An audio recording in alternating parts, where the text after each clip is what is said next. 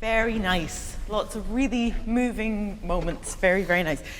You reminded me of, I thought you were going to walk into that music stand. Did anybody else think that? Because you had your eyes closed the whole time, right? I did a concert somewhere, I don't remember where, but it was a recital, and I started with the Bach D minor partita, as you'll know, ends with the chaconne and is very long. It's like 40 minutes long. And I had a whole dress disaster before the concert. It's a quick story. I had a whole dress disaster before the concert.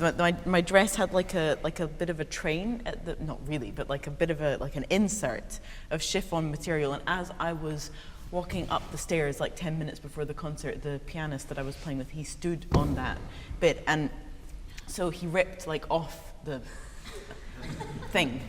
And so we basically taped it together with like, I mean, just like black, ugly kind of, whatever that tape is called. And I was so flustered before the whole thing, and then had to go on and play this like really, dark, deep D minor partita. And so I just resolved I'm just going to keep my eyes closed throughout the whole thing. So I did. And and I opened them at the end. And I had literally like done this. Oh. And I had no idea that I had done that. And I mean, the worst part was I was just showing everybody the big like disaster of my dress at the back. So is there a moral of that story? Just like occasionally open your eyes, make sure you're not gonna bash into something.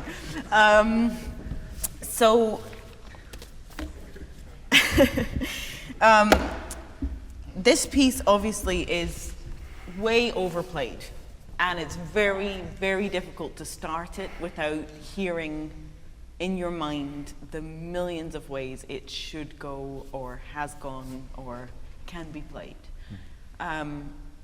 It's a huge struggle. The next concerto I'm doing in a few days is Beethoven Violin Concerto, and it has that same type of problem where how can I come to this with a confidence that I should be playing it, and I have something to say playing it, and you're not crushed by this overwhelming feeling of it should be like this. I'm trying to find the answers to those questions all the time, and sometimes feel like I do, sometimes feel like I don't. But it is one you have to try to answer. You have to try to answer with so much force and so much vigor and so much belief. Otherwise, we end up getting we're standing on a stage playing music. We end up getting abnormally nervous for it. We weigh up like the risk involved with anything going wrong playing a concerto. There's not an enormous amount of risk. There's certainly no risk to your life. There's maybe a little bit of risk to your confidence or happiness, whether it goes well, whether it doesn't, but that perspective for us as musicians playing pieces that have been played so well for so long, we have to constantly ask ourselves those questions and find answers. I would say there's a few, are there any, like, can you tell me, are there particular things that happen to you that you don't like when you're under more pressure, or? Well, I probably breathed like 2 times that entire time. That's definitely a problem, like, definitely. Yeah. And the more I tell myself to breathe, the way worse it gets, the more I hyperventilate.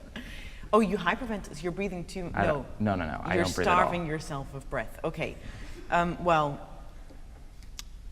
if you tell yourself to breathe and you breathe less, maybe, I don't know, try to hold your breath or something. That might, I don't know, it's kind of back to what we were discussing with this idea of, it's not just storytelling. I mean, of course, we all talk about that a lot with music, but this idea of trying to force your imagination into a state of creation rather than repetition. How can I actually feel like I'm developing and working out this melody as I'm doing it? And that should give you a sense of some kind of confidence at the base of your sound. I would say one thing that tended to kind of happen was this right shoulder. I mean, I don't know, like you look at, Janine Jansen, the violinist, yeah. She plays with really quite a high shoulder, like she's always involving her shoulder in what she plays, and it works beautifully for her. But it comes from a place of kind of involvement rather than of fear. So you have to always kind of look at the physical things you do and work out what inspires those physical traits. If they're things that are fearful and they're kind of you recoiling away from these scary people out there, or like, then you have to try to find a way to circumvent, try to find be extremely radical and creative with working out your way to stop those kind of things that happen physically. Do you have anything particular with your left hand that you find? Like at least this is mine. At least like 15 things. 15. I'm just overthinking everything. Overthinking, basically. Yeah. Yeah, I mean, you've got such a great like basic position. Like it's everything looks very much like all you have to do is go down. That sounds really strange, but a lot of the time people are overcoming quite a lot of obstacles in their position with their instrument. You really don't have that issue at all. If anything, I would say you could introduce a little bit more of kind of extra movements and things like that seem effortful. Because a lot of the time your fingers are just kind of falling where they are. And I feel like kind of developing that is almost like an extra effort just to make sure that with a piece like this, like every leading note, every melodic note, just intonation-wise, but also in terms of expression, that you're really putting your hand through its paces and making sure that you're kind of delivering that as much as possible.